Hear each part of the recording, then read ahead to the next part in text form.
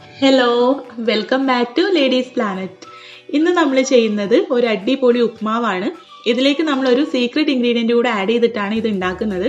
അതുകൊണ്ട് തന്നെ ഈ ഉപ്മാവിന് ഒരു പ്രത്യേക ടേസ്റ്റാണ്. നല്ല ടേസ്റ്റി ആയിട്ടുള്ള ഉപ്മാവാണ് കേട്ടോ.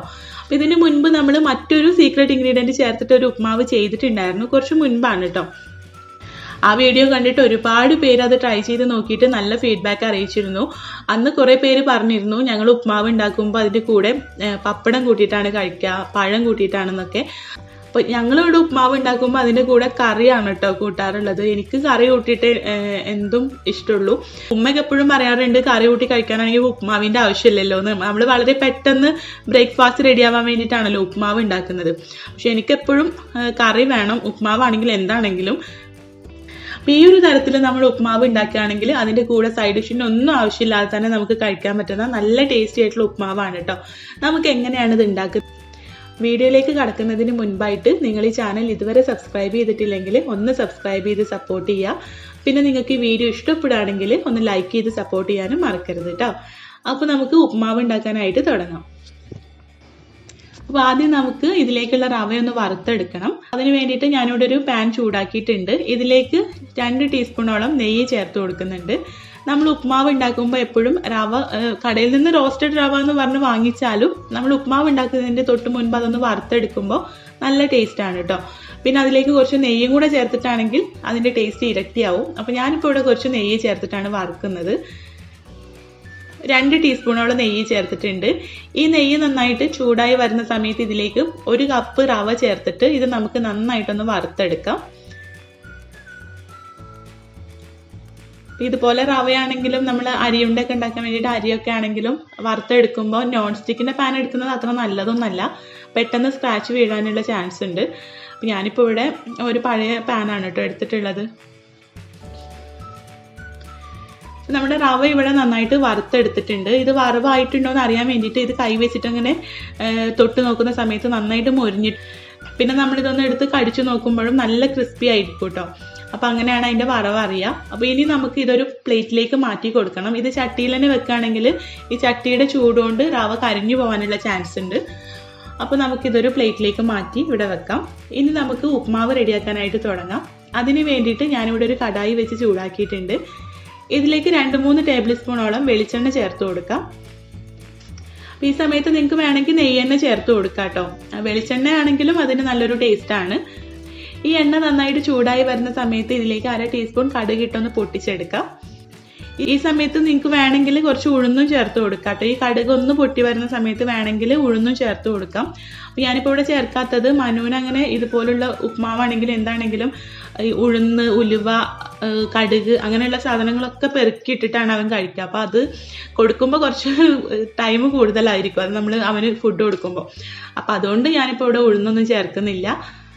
ഈ കടുക് ഒന്ന് പൊട്ടി വരുന്ന സമയത്ത് ഇതിലേക്ക് 2 തണ്ട് കറിവേപ്പില ഇട്ട് കൊടുക്കാം. ഇനി ഇതിലേക്ക് ഒരു സവാളയുടെ പകുതി ചെറുതായിട്ട് അരിഞ്ഞത് ചേർത്തിട്ട് നമുക്കിതൊന്ന് വഴറ്റിയെടുക്കാം. അപ്പോൾ ഞാനിപ്പോൾ ഇവിടെ വലിയ സവാള ആയതുകൊണ്ട് ഒരു സവാളയുടെ പകുതിയാണ് കേട്ടോ എടുത്തിട്ടുള്ളത്. മീഡിയം സൈസിലുള്ളതാണെങ്കിൽ ഒരു സവാള മുഴുവനായിട്ടും എടുക്കാം കേട്ടോ. നമുക്കിതൊന്ന് വഴറ്റിയെടുക്കാം. ഇതൊന്ന് സോഫ്റ്റായി വരുന്ന സമയത്ത് ഇതിലേക്ക് ബാക്കിയുള്ള പച്ചക്കറികൾ ചേർത്ത് കൊടുക്കാം.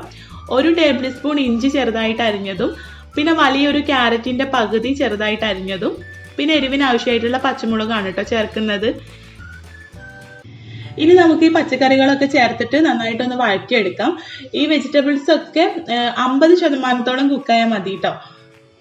ഒരുപാട് അങ്ങോട്ട് വെന്ത് ഉടഞ്ഞു പോകരുത്. പിന്നെ ഇത് മൂടി വെച്ചിട്ടും കുക്ക് ചെയ്തെടുക്കരുത് കേട്ടോ. മൂടി വെച്ചാലും അത്ര വലിയൊരു ടേസ്റ്റ് ആയിട്ട് നമുക്ക് കിട്ടൂല. അത് ആവിയിൽ കിടന്ന് ഇങ്ങനെ വെന്തൊരു ടേസ്റ്റ് ആയിരിക്കും. ഇതാവുമ്പോൾ ഒരു വഴറ്റിയെടുത്ത ടേസ്റ്റ് ആയിരിക്കും. അപ്പോൾ ഇങ്ങനെ തന്നെ ചെയ്യാൻ ശ്രദ്ധിക്കണം. ഇപ്പോൾ നമ്മുടെ വെജിറ്റബിൾസ് ഒക്കെ ഏകദേശം ഒരു പകുതി വേവായിട്ടുണ്ട്. ഈ സമയത്ത് നമുക്ക് ഇതിലേക്കുള്ള സീക്രട്ട് ഇൻഗ്രീഡിയൻറ്റ് ചേർത്ത് കൊടുക്കാം. ഇതിലേക്ക് ഞാൻ ചേർക്കുന്നത് കോഴിമുട്ടയാണ് കേട്ടോ. ഞാനിവിടെ 2 കോഴിമുട്ട എടുത്തിട്ടുണ്ട്. ഒരു കപ്പ് റവയിലേക്ക് 2 കോഴിമുട്ട എടുത്തിട്ടുണ്ട് കേട്ടോ. ഇത് നമ്മുടെ പച്ചക്കറികളൊക്കെ ഒന്ന് സൈഡിലേക്ക് മാറ്റി അതിൻ്റെ സെൻറ്ററിലേക്ക് ഈ 2 കോഴിമുട്ട ചേർത്ത് കൊടുക്കാം.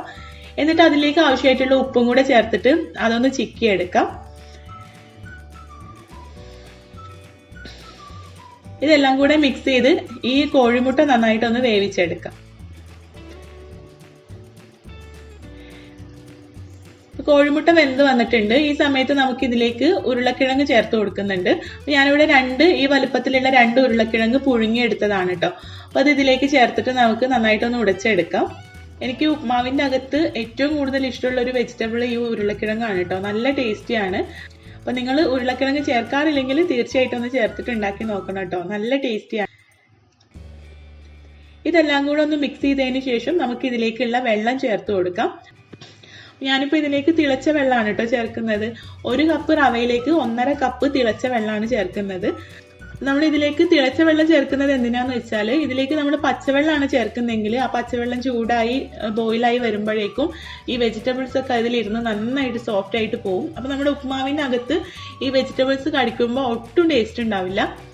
പിന്നെ നമ്മുടെ ഈ ക്യാരറ്റിൻ്റെ ഒക്കെ കളറും ചേഞ്ച് ആയിട്ട് പോകും. ഇത് തിളച്ച വെള്ളം ആയതുകൊണ്ട് തന്നെ ഇത് ഇനി തിളച്ച് വരാൻ അത്ര വലിയ സമയമൊന്നുമില്ല. അപ്പോൾ ഇത് നന്നായിട്ടൊന്ന് തിളച്ച് വരുന്ന സമയത്ത് ഇതിലേക്ക് നമ്മളിവിടെ വറുത്ത് വെച്ചിട്ടുള്ള റവ ചേർത്ത് കൊടുക്കാം. റവ ചേർത്തിട്ട് നന്നായിട്ടൊന്ന് മിക്സ് ചെയ്തതിന് ശേഷം നമുക്കിത് വെരി ലോ ഫ്ലെയിമിലേക്ക് മാറ്റിയിട്ട് മൂടി വെച്ച് കൊടുക്കാം. ഏകദേശം ഒരു 3 മിനിറ്റ് ആകുമ്പോഴേക്കും നമ്മൾ ഉപ്മാവ് ഇവിടെ റെഡി ആയിട്ട് കിട്ടും. നോക്കൂ, 3 മിനിറ്റിന് ശേഷം ഞാനിപ്പോൾ ഇത് തുറന്നിട്ടുണ്ട്. ഇനി ഇത് നന്നായിട്ടൊന്ന് ഇളക്കി യോജിപ്പിച്ചതിന് ശേഷം പ്ലേറ്റിലേക്ക് മാറ്റാം. ഇത്രയേ ഉള്ളൂ, നമ്മുടെ ഉപ്മാവ് ഇവിടെ റെഡി ആയിട്ടുണ്ട്. അപ്പോൾ നിങ്ങൾ തീർച്ചയായിട്ടും ഉണ്ടാക്കി നോക്കണം കേട്ടോ. നല്ല ടേസ്റ്റി ആയിട്ടുള്ള ഉപ്മാവാണ്. സൈഡ് ഡിഷ് ഒന്നും ഇല്ലാതെ കഴിക്കാൻ പറ്റുന്ന അടിപൊളി ഉപ്മാവാണ്. അപ്പോൾ നിങ്ങൾ ട്രൈ ചെയ്ത് നോക്കുന്ന സമയത്ത് ഫീഡ്ബാക്ക് അറിയിക്കാൻ മറക്കരുത്. അതുപോലെ നമ്മുടെ ചാനൽ ഇതുവരെ സബ്സ്ക്രൈബ് ചെയ്തിട്ടില്ലെങ്കിൽ ഒന്ന് സബ്സ്ക്രൈബ് ചെയ്യാനും ഫ്രണ്ട്സിനും റിലേറ്റീവ്സിനും ഷെയർ ചെയ്ത് കൊടുക്കാനും മറക്കരുത് കേട്ടോ. അപ്പോൾ നമുക്ക് അടുത്ത നല്ലൊരു വീഡിയോ ആയിട്ട് കാണാം. താങ്ക്